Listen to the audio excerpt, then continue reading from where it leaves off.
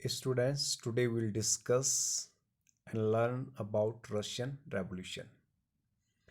French revolution के देखने के बाद हम आज रूसी क्रांति को पढ़ेंगे और फ्रेंच रेवोल्यूशन के माध्यम से हम समझ चुके हैं कि क्रांति होती क्या है। क्रांति का मतलब होता है एक समाज में आने वाला तीव्र परिवर्तन, और ये परिवर्तन अलग अलग प्रकार के हो सकते हैं। तो इसी प्रकार से क्रांति भी अलग अलग प्रकार की हो सकती है।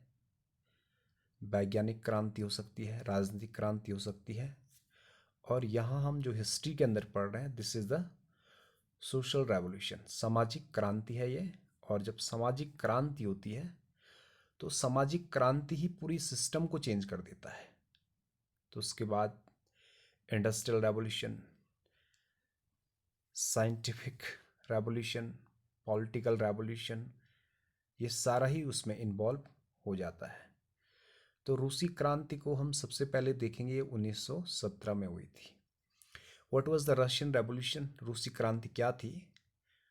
To revolutions that led to the demise of tsarist regime of Russia and eventual establishment of USSR।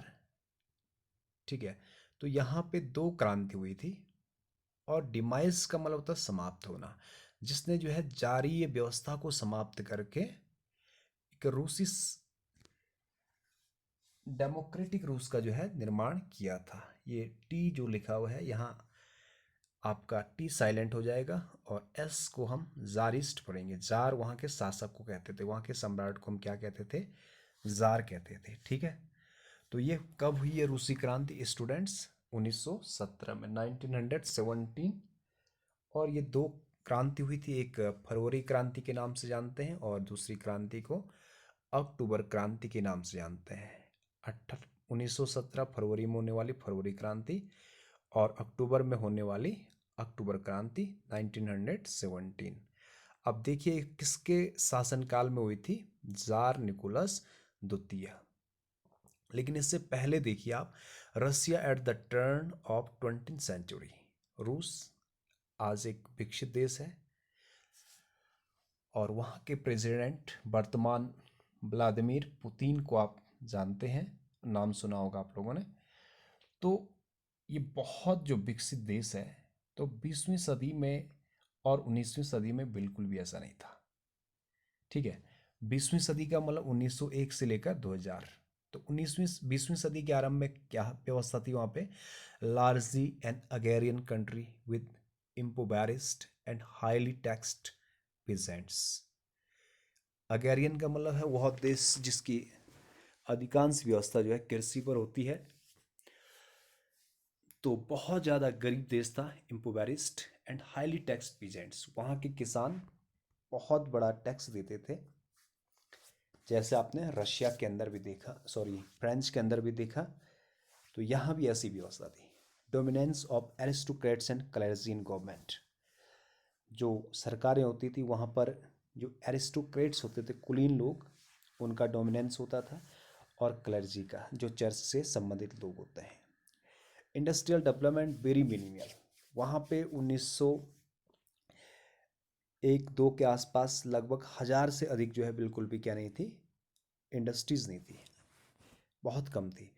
Workers in cities lived in over crowded apartments and poor conditions. और जो शहर होते थे उस समय, वहाँ के लोग बहुत गरीबी हालत में रहते थे, ओवर क्राउडेड होते थे। जैसे जो है एक छोटे से कमरे में, अपार्टमेंट के छोटे से कमरे में 10-12 लोग इस प्रकार से वर्कर भरे होते थे, ओवर क्राउडेड होते थे। तो उनकी हाइजेनिक कंडीशन भी बहुत बेकार होती थी, सैनिटरी कंडीशन बहुत गंदी थी। तो ऐसा उस समय का हाल था वहाँ पे। ठीक है, ये 1917 से पहले। यहाँ देख रहे हैं आप लोग कि peasants they are working in a field. वो जो है खेत में काम कर रहे हैं। किस प्रकार से जो है वो खेत में जो है जानवरों का काम कर रहे हैं। तो आप लोग देख रहे हैं ये कंडीशन है वहाँ पे। और हो क्या रहा था? फ्रेंच रेवोल्यूशन ने, स्टूडेंट्स, क्या कर दिया था? फ्रेंच रेवोल्यूशन ने आइडियाज़ को जो है क्या कर दिया था? फैला दिया था। ठीक है, कौन सा आइडियाज़ को फैला दिया था? स्वतंत्रता, समानता और बंधुत्व, जो नारा फ्रांसीसी क्रांति ने दिया। Democracy, rights of individual, accountable government, जिम्मेदार सरकार, western Europe had spread to Russia in 19th century. जैसा आप लोगों ने देखा है, यूरोपियन कंट्री फ्रांस से ये फैल चुका था। और were absolute monarch since 17th century.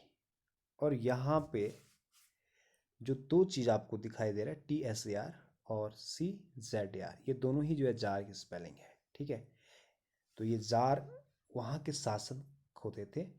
ये जो आगे लिखा है रोमानुस, रोमानुस क्या थे? ये वहाँ के वंशज हैं। वो कौन से वंशज हैं? जैसे फ्रांस में आपने देखा बूर्बो राजवंश है, तो यहाँ पे रोमानुस वंश के राजाओं का शासन था और उनको हम जार कहते थे। ठीक है, और 17वीं सदी से और अभी तक इन्हीं का शासन चल रहा है। और क्रांति के समय कौन है? जार निकोलस द्वितीय। अब आगे देखिए, ये जार निकोलस द्वितीय आपका, जार निकोलस द्वितीय असेंड द थ्रोन इन 1894 में ये सिंहासन पर बैठता है। और ये बहुत ही ज़्यादा एक मिस्टिक व्यक्ति है, रासपुतीन, यहाँ देख रहे हैं आप लोग। ठीक है, तो ये अपने आप में जो एक मिस्टिक है, रहस्यमयी व्यक्ति है, बहुत सारी चीज़ों को जानने वाला ऐसा दावा करता है और इससे बहुत ज़्यादा प्रभावित है जार निकोलस द्वितीय, और साथ में जो है इनकी स्पाउस भी।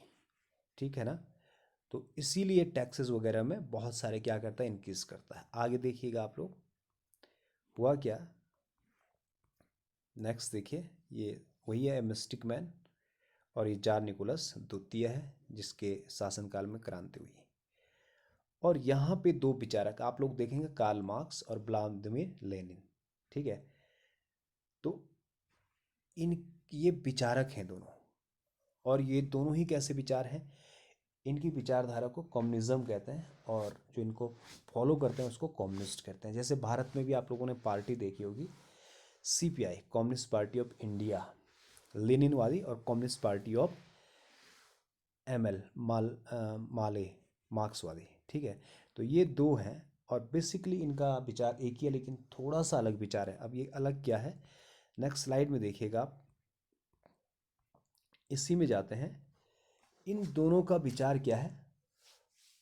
प्रोलेट्रियल है। तो स्टूडेंट्स, प्रोलेट्रियल एक्चुअली होते क्या हैं? प्रोलेट्रियल का मतलब होता आपका प्रोलेट्रियल, प्रोलेट्रियल का मतलब श्रमजीवी वर्ग से है। तो कार्ल मार्क्स का मानना है कि जो मजदूर हैं इनके पास सत्ता होनी चाहिए।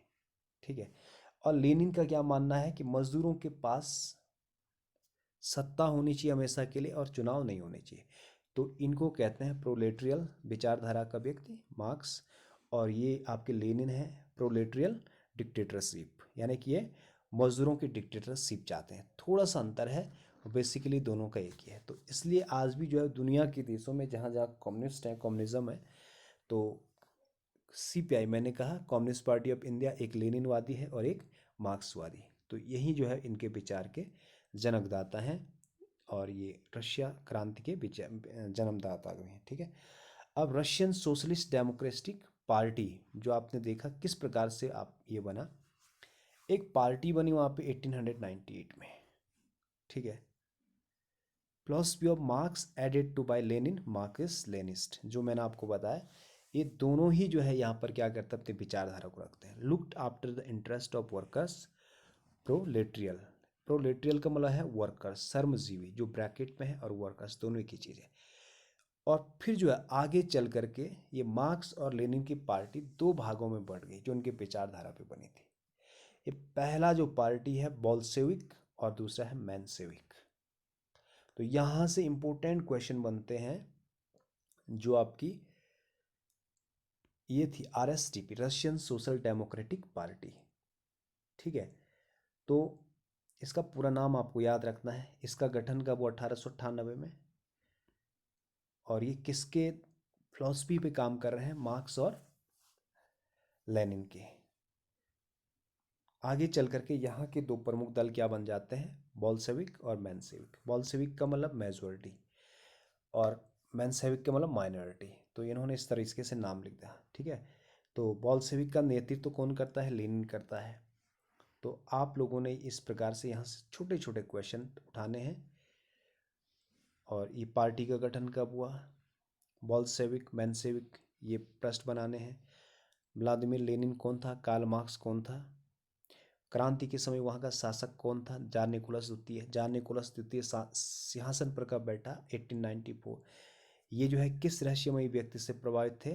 रासपुटिन से, ठीक है ना। और ये किस वंश का था? रोमानवुस, जो 17वीं सदी से वहाँ राज कर रहे थे, मोनार्क थे ये। किसानों की दुर्दशा, तो यहाँ से इस तरीके से आपने प्रश्न को लिखना है। फरवरी 1917 और 18 में क्रांति हुई थी। कौन सी क्रांति हुई थी? Russian revolution. तो स्टूडेंट, इस वीडियो में आपने कम से कम 8 छोटे छोटे प्रश्न लिखते हैं, उनके उत्तर भी याद करना है। Thank you.